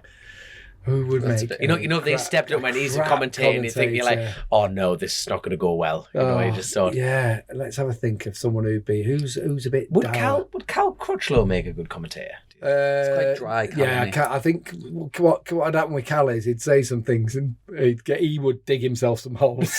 he would dig himself some holes. Fundamentally, he would make him a good quite narky things. Was it Worlds that he had like James Toseland on, and he got like a bit of a mixed review, but like it was the fact that he was so honest and open, like these are the facts, and he did a bit brilliant. For BT, and then he worked for BT for a while, and then he's with he's at Eurosport, isn't he? He's doing World Supers now. I think he does it with Greg Haynes anyway, so that's what they're doing at the moment. But and people who it's hard because I think. Without chucking them under the bus. Without chucking anyone under the bus. Maybe some of the ones who don't speak very good English. How about that? I'll go with that. Alex Rins hasn't got the greatest personality, I will say. I like Alex. I get on really well with him, but it's hard for him to come across in English. He's actually, I've noticed this year, he's changed a little bit. It's a bit weird. Alex, really straight, but he's a lovely, lovely man, but quite beige, you know, in general. But to be fair, we've talked about this, and it's just like the way the world's going, and especially sport. But it's very difficult for, like, say, a MotoGP rider to actually have much of a personality without offending someone. I think they do better than other sports. I really do think they do better than other sports, because PR do have a say, but they not that much. Like, you get your Jack Millers. He's brilliant. He's a legend, honestly, and he's like that. He's worse off camera. That's him toned down. What you see of Jack, you know, calling Neil Hodgson a wanker on the grid. I mean, that was one of the gold TV for us. Obviously, we got an Ofcom complaint, and you get a fine and things like that, which does happen. Take it, print it, put it on the wall. Did Jack get a fine for that? Or? No, he didn't. But BT would have got a fine. Really? Yeah, because that's what happens. It's live coverage, or it's not? Yeah, it's live TV. Whether they get a fine or not, they'll have got a rap on the knuckles. But we were told after that, And these are what you have to do. You have to prep every rider you're going to speak to. You have to say, no swearing, please. You always have to say that before you speak to them. Well, because then you've covered your back in that you've at least told them, you know. Yeah. And it's not BT. I mean, the amount of people who go, oh, I loved it when so-and-so said fuck on air. Yeah. And people do love it. It's hilarious. We had 3 shits the other day. We had 2 bullshits off Kenny Roberts, which you sort of, at the time, you just like, he goes, oh, damn, is this not cable? That was one of the greatest lines. But amount of people who said, oh, that was great though, because it feels natural. Speaking of complaints, do you get much feedback from the audience, or do you kind of, I mean, like in terms of trolls? Reviews and Twitters and stuff, or do you? I don't take any notes on it because it's Marmite. Everything's Marmite. Commentary in particular is Marmite. I've got commentators that I don't like, but other people love, and that's how it's going to be, isn't it? Life. Because exactly that is it. And so I get nasty comments, but I get nice comments. If you're going to listen to the nice comments, you're going to listen to the nasty comments. So I try to ignore all of them altogether, you know. And it's not about being rude or arrogant or anything. It's just do you know what? It's better for your headspace, isn't it? Just, you don't need people negativity. You don't need people building you up. You don't need people knocking you down. You just need to know, as long as you're happy with what you're doing. And do you know what? If my bosses are telling me off, then I'm going to listen to it, because they're the ones ultimately who pay me. That's the one. So it's my job. So and I haven't had any of those up to now. So as far as I'm concerned, it's been all right. I must ask, if you were going to what would be your dream commentator? Because imagine him at the TT. Do you mean like an event? Oh, what a dream event! Yeah, no, like what you're kind of at the pinnacle really at the moment. But you are at the pinnacle. But if you could pick an event where you could think, you know, like let them loose. You don't have to worry about swearing or anything like that. Yeah. You know what I mean. I know what you mean on that. Do you know what? As a kid, for me, I'm an old romantic, and I used to love the FA Cup, right, in football, and I love the FA Cup final. I think there's something magical about it. It gets always talk shit about everything, and I still think it's a lovely day. So I'd love to be able to talk about the FA Cup final. There you are. That's what, as a child, I think I would have loved to have done as a kid. I dreamt about it. I dreamt about playing in it as a kid, but obviously it was useless. So I was about to say, so was this like the other side of the dream as well, being a footballer? Was it? No, it wasn't football for me. It was, I did always want to be a sportsman, although I don't look like it. I played decent level rugby, cricket, played county level, you know, a few sports. But I was... Were you commentating on your own, like, technique? No, no. Shite. No. Yeah, I would have probably got better at it if I'd have been able to criticise myself. But I didn't have the dedication. I wasn't good enough. But I always wanted to be involved in sport. And so, that's how it works. And I suppose that's how people become referees and things like that, isn't it? Ultimately, because they can't cut it doing it, and I only envy the talent you guys have, and wish I'd been any good at anything like that. But I was just average at a lot of things, and so you look for another way to get into. And the beauty of my job is, and why I think I personally think I've got the best job in the world is, I'll talk about something that I'm passionate about. And loving your job is, you're lucky to have that, and so I just feel lucky. It's mega that. Yeah, really good. Do you know, from being a reporter, and then obviously was it last year you got made lead commentator? Yeah. I presume you enjoy that role more sort of responsibility. Yeah, it's a different role. But I've been commentating for years, so it wasn't like something, a big change. It wasn't something massive. Yeah, and obviously even through BT's time, I was commentating on practices, just not on races. So there's just a bit of different pressure. My weekend works differently though now, because Keith's not doing it anymore. Yeah. I'm actually doing every session. So actually, to see the bikes, I have to go out and warm up. Is the only chance I get to see what's happening out on track with any of the bikes. I watch everything else, like people at home on the TV, because I'm doing every single session. So that's been the major change, and that meant what I'd often find is, if I was commentating one session but then presenting in the paddock or interviewing people, I'd be speaking to people, and but I don't get to do that in the same way anymore. So I have to go and find people. But because of how COVID was, you weren't able to go into hospitalities. Right. We only started travelling at the end of last year. Yeah. And now we're back on site. Actually, at the start of this year, I missed out Indonesia because I had COVID. Qatar, I was semi-isolating because I'd found out when I was over there that my girlfriend had got it, and just for safety's sake, I was staying out of everyone's way. And then, it's just the last couple of races actually in Argentina, where it's not the easiest place to go and see people. that actually, but I've found that, you know, I'm going to have to work differently to keep up with what's going on. Do you know, you're like a very sort of friendly guy, and I'd imagine you'll sort of get on with lots of people in the paddock, like sort of riders, team owners, that type of thing. But obviously, for your job, you've kind of got to be unbiased, and if say somebody's underperforming, you wouldn't have credibility if you were kind of saying everyone was great and whatever. You've got to sort of criticize people in a fair. There's a fair time to sort of criticise people when they're not, say, doing very well. Do you find it difficult to sort of get that balance right? Yeah, it's not an easy. I find though that I'm telling the story, and I'll let the experts, because I don't think I'm anyone to criticise someone's riding. Yeah. So I'll let the experts do that side of things. So Neil, you can kind of bring Neil in as an ex-rider to give a Neil or Sylvan or Michael or whoever's alongside and say, I think that. What do you think? And they'll say one or the other. But ultimately, you're doing your job, aren't you? You're telling a story. Yeah. That's what you're trying to get across. So you are doing your job. And if you do end up criticising, amount of times I've spoken to riders and said, I said this. Is that true? And they'll say, no, you're wrong because of this. And I'm more than happy to be corrected about things too. I think.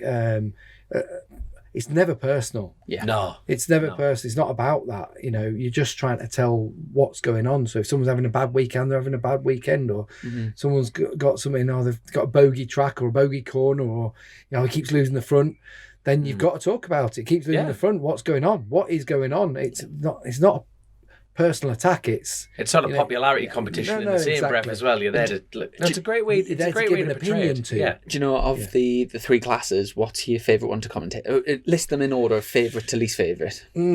Least favourite is usually Moto 2, but it's got better actually in the last couple of years. Presumably, do you just think that's a little bit more boring and a bit more spread out? Yeah, because it spreads out quite quickly. Almost, it's really, although this year it hasn't been. No, it's been brilliant. Yeah, but it's that's mainly because of that.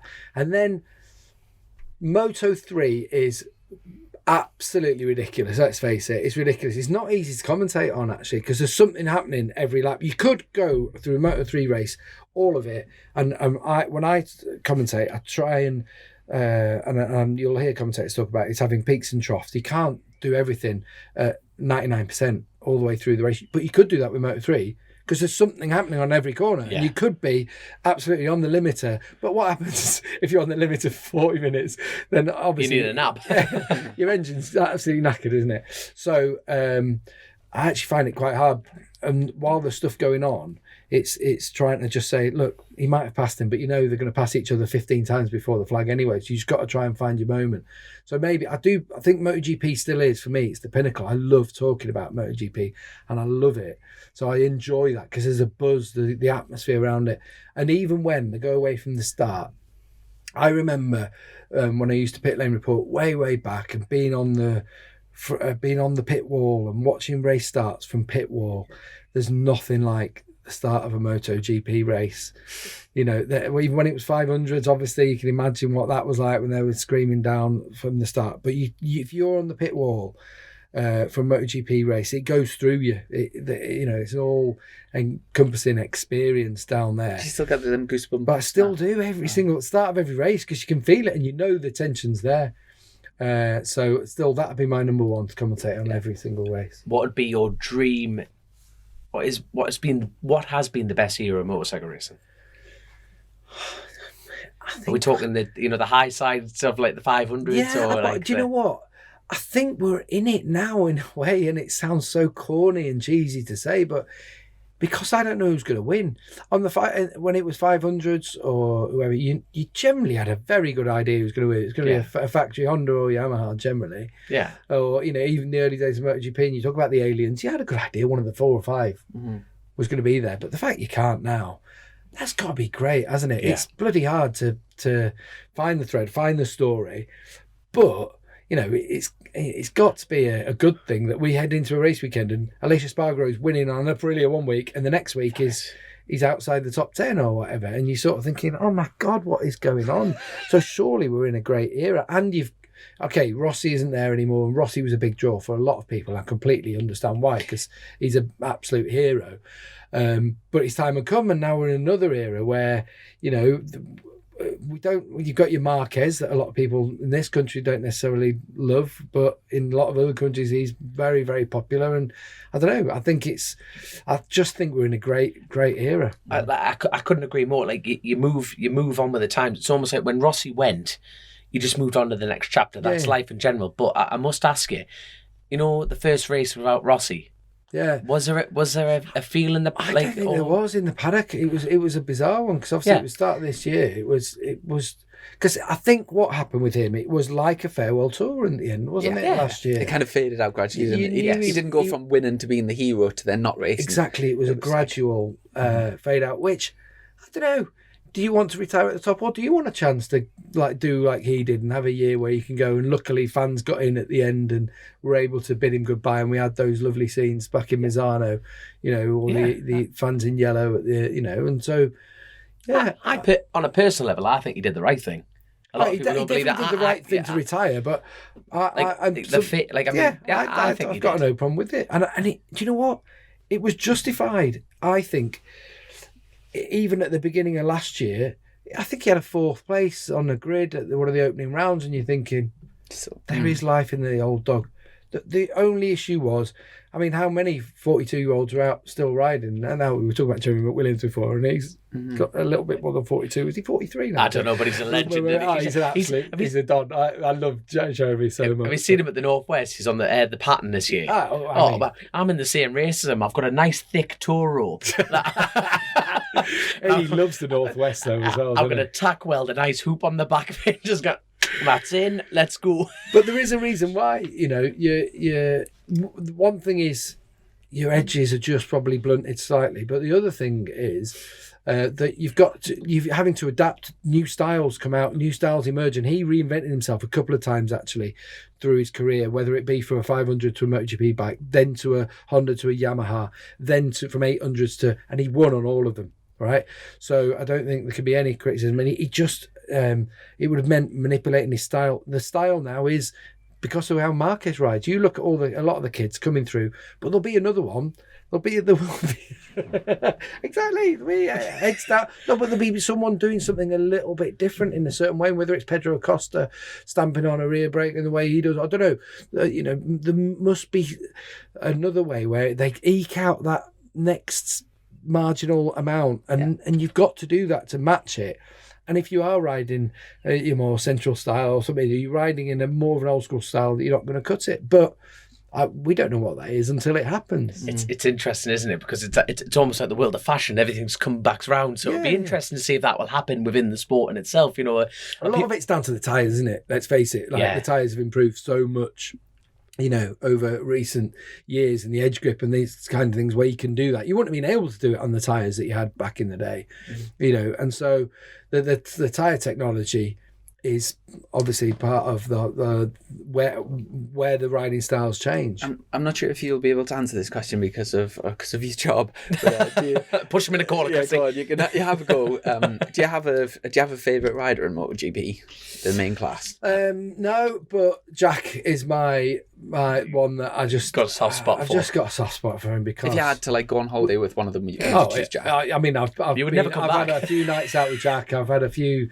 I've known him a long time. I know his parents well, and I've known him since he was a kid. And he's honestly, he's salt of the earth. He's a lovely man as well. I must ask. I'm gonna abuse the power that we have right now. Is there any chance you reckon you could get him on the show, Jack? Yeah, probably. We'll give him a go. Yeah, without a doubt. Just butter him up. You know what I mean? Just ply him in, Gavin. Have a word. You know, I've got the perfect platform for you, so when you can see just what the only thing with him is getting through the PR people. That's the only thing because it's Ducati. But do you know when you very first started the job? I presume you walked in and even though you weren't from a motorsport background, you'll still been kind of starstruck with the big names at the time. And I presume, say Rossi. It was Rossi and me. It was Rossi and Biaggi. Yeah, and I presume you'd been sort of starstruck. Where these days, when you've watched them from kids as when they're not famous, and then they gradually come up. Yeah. I guess it's a bit different. Who was the last person that you were starstruck by? Right. You know what? It's a very good question actually. And in terms of starstruck, I'm I'm a weird one, right? I don't know whether I'm a psychopath or sociopathic or whatever, one of those things. You're from Leeds, mate. That might say something, but I'm not. People say, who's your hero and that, and I've never really, had someone who I've thought, there's someone I idolise so much that I've got to take a photo with them. I've got an autograph and that. I was never one of those sorts of people. And so when I remember interviewing Rossi and Loris Capirossi as well, for me was a standout at the time, but I've never really had that with anyone. The only person that I've ever sort of had it was with Neil Hodgson. Neil Hodgson turned up. No, Diego Maradona turned up at a race in Misano one year, and you're supposed to hate him if you're an Englishman, aren't you? But I was just so he turned up at a race and the whole paddock went mental. Like, honestly, it was weird. He was followed around by his massive entourage. I remember Rossi well, he did that in Argentina afterwards, because there's a famous song in Italy that I've seen Maradona, and he was singing when he retired. Oh, I've seen Valentino. But yeah, when he turned up, I remember I was director of communications at Dorna, which means basically you're in charge of PR and media. And he came when I was there, and I was a little bit. Brad Pitt, I had to look after him once as well on an afternoon at Mugello. Him and his son Maddox were there, and I had to look after him, and they were in a little VIP unit. I was like, Brad, we probably want to get down to the grid now, that sort of thing.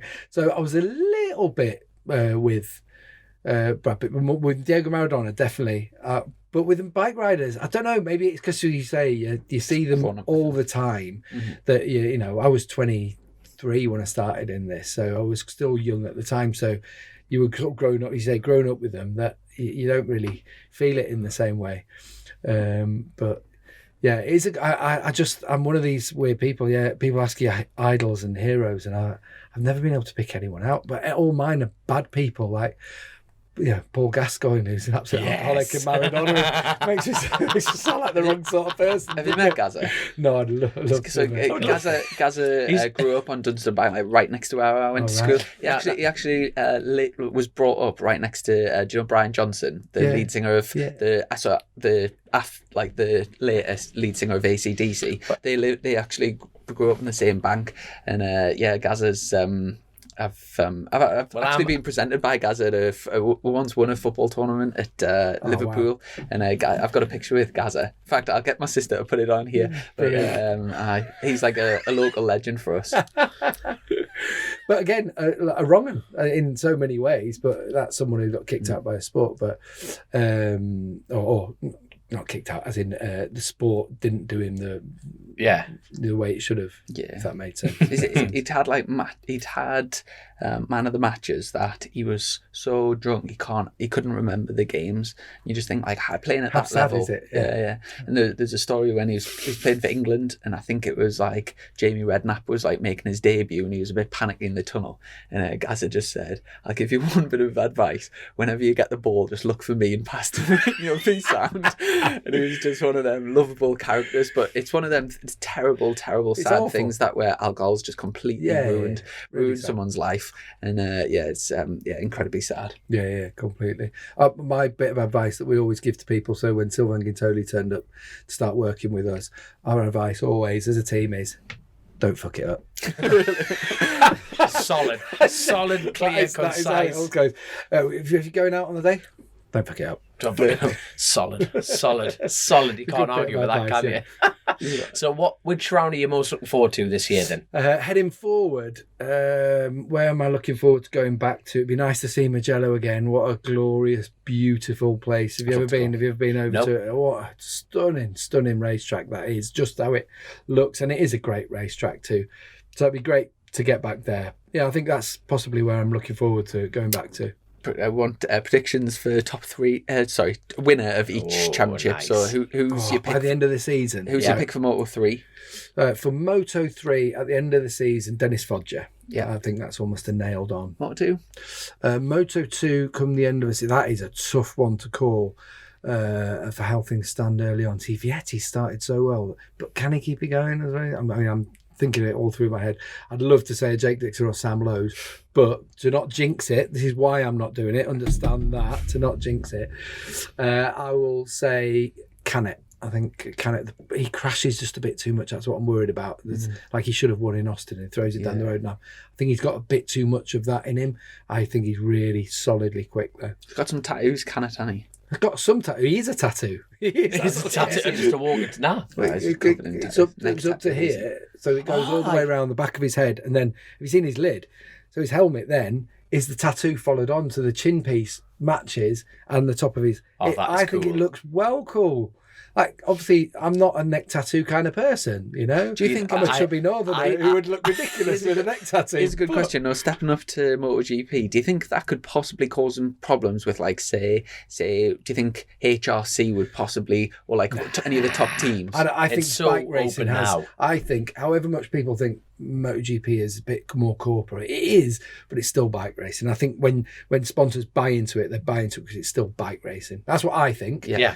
Which is why I think there's not a lot of massive sponsors, you know, involved in bike racing. That's why I believe it, because it's still bike racing ultimately. Yeah. So yeah, I don't think that would be. I tell you what, you ever seen Ty Woofordon's tattoo? Yeah. He is by far the coolest tattoo, especially Speedway, you know, the start line style, because they've raised their necks up over. He's got the angel body with the wings, and you just think, I would never, ever.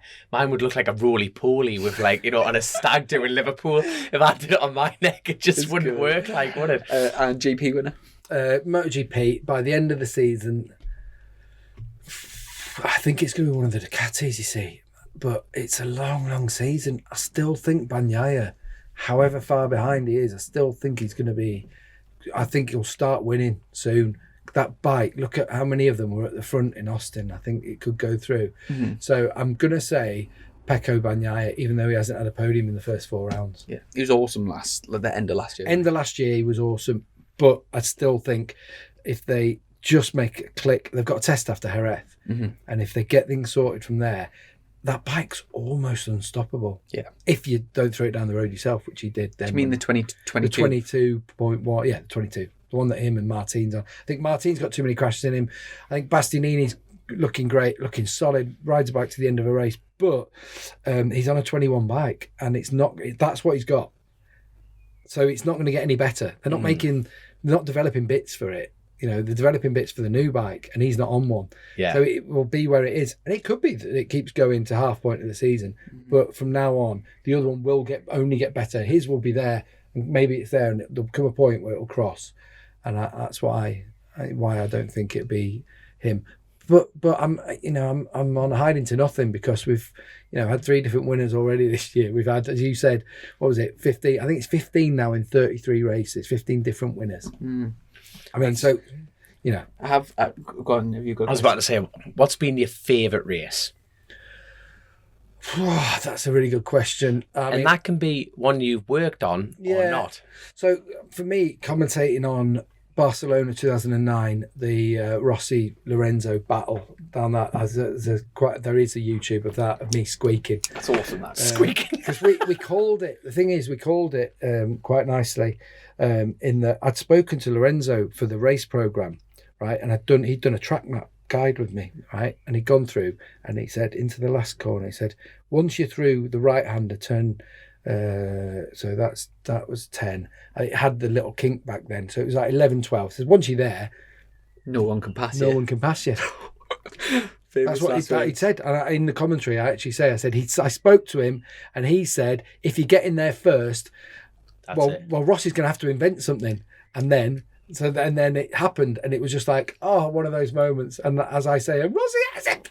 And my voice had gone, because it was just so I love that. Yeah, I think I'm sure someone once told us from the day after that race, Rossi actually tucks the front gun into that corner and then like picks it up on the throttle. I mean, but it's like it was just incredible. He also runs it in a higher gear than he had done on other laps. So he goes through that corner, or I can't remember whether he dropped. I can't remember what he does, but anyway, he goes through it in a different gear to what he'd been doing every other lap, just to get it done. There's a few points of Ross's career like that, which is just there was the Sete incident. There was that one. There's a few, and there's a few sort of standouts, but yeah, I remember as a child watching those races, and it's so inspiring, and yeah, it was absolutely amazing. on the way down, I was actually writing down a few sort of quick fire questions, and linking on from the sort of last one about sort of picking winners.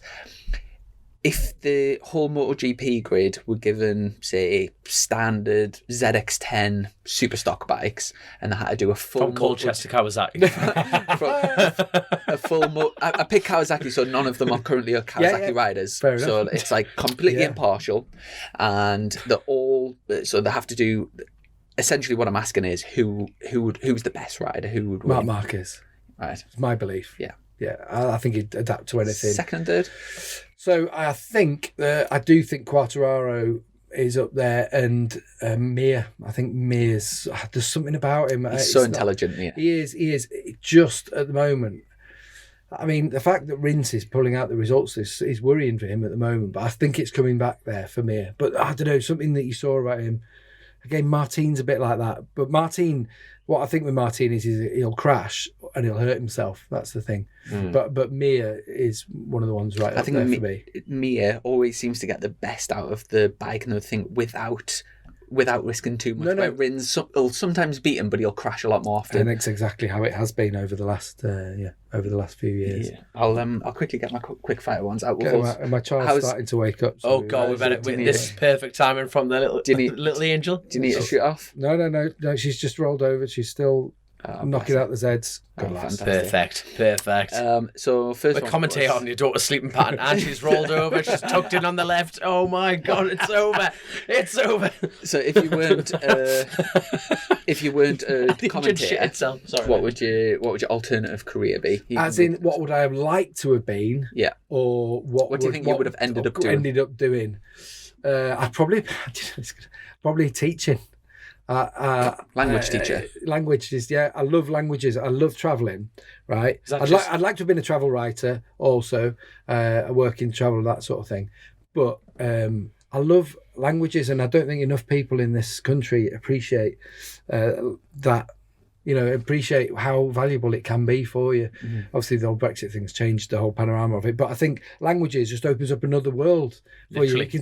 Literally, and you can do whatever you're good at. So, say you're good at tarmacking roads, we can do it in South America if you speak Spanish as well. You can do it where you live, but you also can go to the other side of the world to do it if you've got another language. So I sort of think whatever becomes your job, we'll just do it in another place as well, if that makes sense. But so I always thought my language teachers inspired me, or really, they really got me to do that, got me into it so much. So I think I'd like to do that. However naff that sounds. For kids in school now, if you had to pick a second subject, would you suggest Spanish as the yeah? Always. I wish I had learned or language. Yeah. And whether it be French or whether it be Chinese or Arabic, I don't know, but I'd say another language because So this is my other half calling. Just going to tell what to say. Right, our next quick fire question. I'll try and give quick fire answers instead of absolutely dragging it out like I did. That is perfect because this is the next big one.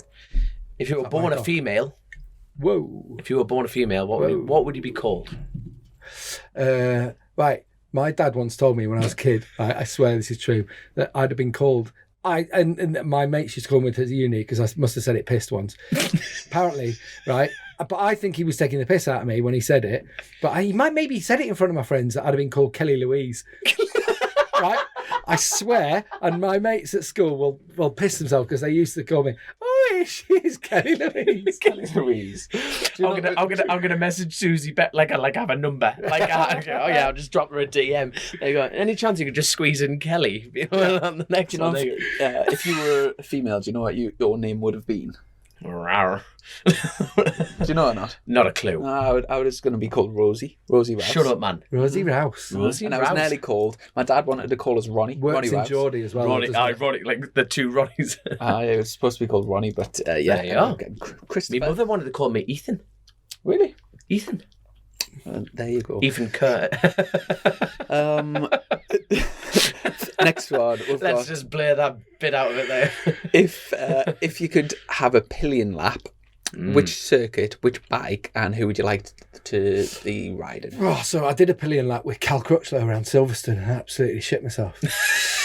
Never again then. So I'd like to do it with the slowest rider on a scooter, because you've got to know this, right? When you're not in control, it's not a nice thing, is it, to go pillion? I don't know. Have you enjoyed a pillion ever? Have you ever been on a pillion?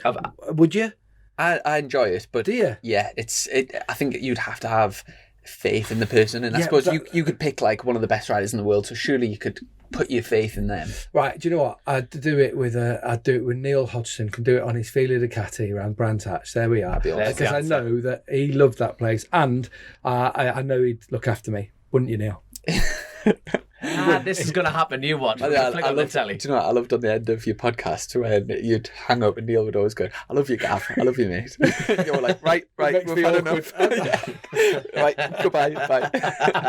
It was just a cool. Do you know what? I've got a thing where I just like I like the same thing. So like every podcast will start with 3, 2, 1. Yeah. You know, just like people know what you expect. Yeah. I just like it exactly, and it's like routine and that. I used to like it. Yeah, I just like it. Go on. Class, man. Right, here we go. Obviously, because you pick the sugar-free rich energy, you're on the diet. So, if you had to fast for a month, what would you choose as your last meal? We'll go 3-course as well. So a 3-course meal. But it's a full-off menu podcast, there, isn't it? What would I go with? Oh God, man. So I'm the sort of person who would make lists of foods that I'd like. I'd probably go for duck pancakes. Oh. Right, is like my number one go-to. I love that. Can I get that be a starter? Can I have that as a starter? Right? This is your fast. You can do what you want. I'll have duck pancakes, with the sauce and the thing. Oh, yeah. I'll have Texan barbecue. Right, some brisket and some Terry Black's barbecue. Hopefully next time I go to Austin I will get a free gig out of that, because I just love it. Honestly, absolutely love it. And I'm not a pudding person, so I'll skip pudding. I'll just have extra barbecue. I'll have an ale. Is that all right? Yeah, that counts. 100% that counts. There you go. Yeah. So, I'll go. We've got 2 more. Next one. What's the best book you've ever read, or if you like recommend one? Oh, right. So, seeing as we're talking about bikes, I put out a quote the other day from Zen and the Art of Motorcycle Maintenance. I don't know if you've ever read it. It's a tough read. It's a really hard slog. But it's really, there's lines in it. There's a line in it, and I've got it saved because it's something that honestly, but if you love motorcycles and you love riding a motorcycle, then there's a quote in it from Robert Pirsig, and it is a tough. It's a philosophy book, and it's a bit wanky. But I tell you what, there is one line on it, and there's a lot of stuff that he talks about in this book. Let me just find that. There it is, and the quote is basically.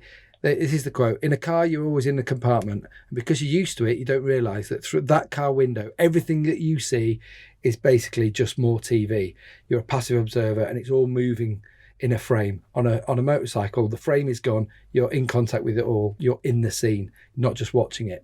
So basically, I like it. In a car, you look at everything through a frame. It's like the world's a picture. On a motorbike, you're in the picture. And the whole book is little philosophical bits and bobs, but also a bit of motorcycle maintenance. But it is a fascinating book. It took me about 5 reads to get to the end of it, though. So I will say it's like traipsing through mud. And you've traipsed through the mud for all our listeners to get that one perfect quote out of it. So thank you very much. It's a beautiful quote, though. Absolutely brilliant. I tell you, and the final question of the quickfire is the best thing you've bought for less than £100. Oh, less than £100. I mean, I'm a big time Charlie, so I'm kind of a big deal. But everything I buy is bargain basement. That's a really good question. That one I should have prepped for less than £100. You will now for every interview you ever do for the rest of your life. Yeah.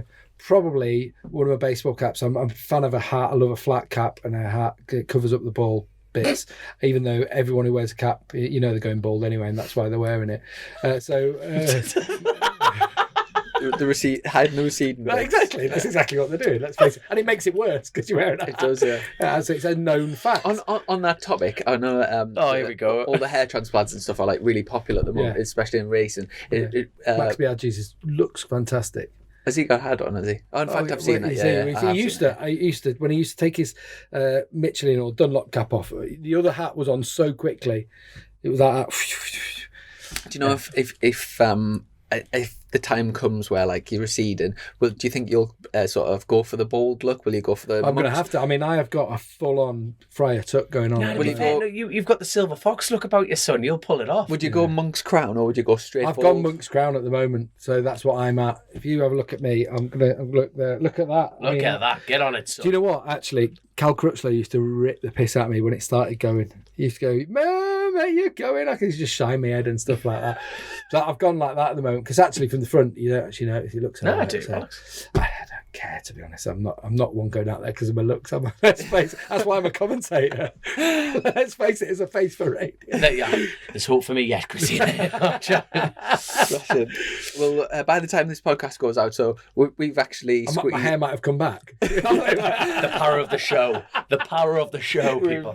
We've squeezed Gavin Emmett isn't anymore commentating. He's in Turkey. There's not even a race there anymore. But don't worry, he's got the baby monitor on. So we did a podcast late, like really late last night. We were recording after midnight, and then we've got this one in. So this weekend, Dom's away to Cookstown, and by the time this podcast goes out, which will be the week after, I would have done Tandragee by that Dom's point. also racing in Tandragee, and the second round of the Venice British Superbike Championship will have been at Oulton Park. So by the time this podcast goes out, the next round of the Venice British Superbikes is Donington Park, and it's on the national track, the 20th to the 22nd of May. So hopefully see plenty of fans there. What's your calendar looking like? Where are you next off? Busy. So from now, obviously recording time, I'm heading to Portugal, then straight from there to Jerez, to Spain, Spanish Grand Prix, and then after that we're really into the meat of the European season. So we go to Le Mans after that one, and then it will be Mugello, Barcelona. It's the same every year. So you go from Barcelona to, I think this year actually Germany's earlier, then to Assen, and then Finland, and then you have like 3 weeks off, and then the British Grand Prix the first weekend in August, which it normally isn't. So it always used to be the last weekend in August and clash with loads of other stuff, but it's the first weekend in August this year. Mental. So, and before we wrap things up, we haven't actually done this for a while, but we've got a, if you grab that strength test down there, we've got just a quick thing. It's just a game, and basically you put your arms straight. So I'll pull your mic out of the way a little bit. So if you pull your arms straight, have it facing us. Oh, right, okay. So Facing away, my man, other way. Yeah. And then basically you just on 3, you just squeeze as hard as you possibly can. That's what I'm doing. So the leaderboard, I can't remember. This is not going to work. Let's face it. Already. So 3, 2, 1, squeeze. Go on, son. What was that? That was just kissing 13. That. We'll give you 30, and that's a strong result. That. Do you want another go? Are you happy with? I'm happy with 30? I'm done. I've peaked. But his missus is going to come home and what have you been doing? Thankfully, she's medic. So. That's it. Yeah. It's bring the drugs home, dear. Bring the drugs home. There you go. Brilliant. Absolutely brilliant. But no, I think. Oh, there'll be something we've missed. Thank you so much for coming on the show. It's been a pleasure. Sorry, I have actually. Have you got time for a few quick Patreon questions? Yeah, of course I have. Yeah. I think she's still asleep. Yeah, there was a few. I checked on the way down, and there was a few quick ones that came in. So first one, good question between Max Mayers. It's from. It says, who's a better rider between Hodgie and Sylvain? Well, Sylvain's just won the Le Mans 24 hours, so at the moment I'd have to say current form, Sylvain. Look how well he dodged that. Well played, that man. But he's blatantly saying Sylvain. Just because I don't wind up Hodgie. Exactly. He'll be wanting his next shot on the show. They are. But Sylvain's a machine, I tell you. He is, isn't he? That's the second year on the bounce they've won that, haven't they? The Yoshimura team. Yeah. That's some going that. He was doing some late night training in Texas, I tell you. Right. But it wasn't on track. This looks like a long-winded question, so I'm going to go for it, and then we'll maybe just like shorten it down. But it's no secret that we have a lack of British riders in the MotoGP paddock, as well as a lack of younger British riders in World Superbike paddock. I'd love to hear your thoughts why that might be. Do you think it could be because the older, more experienced riders have often obtained and held on to spots in top teams in BSB and even World Superbikes in recent years, especially when you consider BSB has worked so well as a feeder series for propelling Brits into World Superbike paddock and some eventually into MotoGP in the past? If you don't think so, why do you think there are so few Brits riding in both organisations, and how can we get more riders in World Superbikes and MotoGP? So I guess from the MotoGP side of things, being production based, it's very much like through the Spanish and the Junior World Championships and the Italians. It's very difficult for Brits these days, isn't it, to get up there? Yes. And that's not answered. No, but it is, and this is where Michael Laverty's team has come in, and he's going to try and offer that path, because we have a talent cup, we have something but it's got to start with the kids. I mean, I was watching British Superbikes at the weekend, and there is just talent throughout the field, and yourself included there, Chris. But honestly, there is talent all the way through that you just wish someone had been there earlier. Rory Skinner's one that I remember watching as a kid, as a 12, 13-year-old. I remember thinking, he's got a future. But unless the opening was there at that age, which it wasn't, he did what he did in Spain in the Junior World Championship, but there wasn't a place for him in Moto3. He should have been there.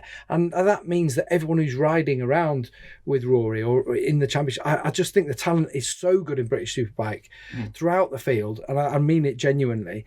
The problem is we've never had them young enough into Grand Prix, and we've got an ageist paddock. They like Marc Marquez and the Rossi factor. They came in as youngsters and did it. So you've got to find someone young. You want someone you can invest in for many years. Yeah. That creates a problem. Even though I think people develop at an older age in the UK, because you don't start riding until an older age, and we don't have the weather that you can ride as much as someone who's a youngster coming up through the Spanish and Italian ranks. So and our system hasn't been focused on Grand Prix bikes, as you say.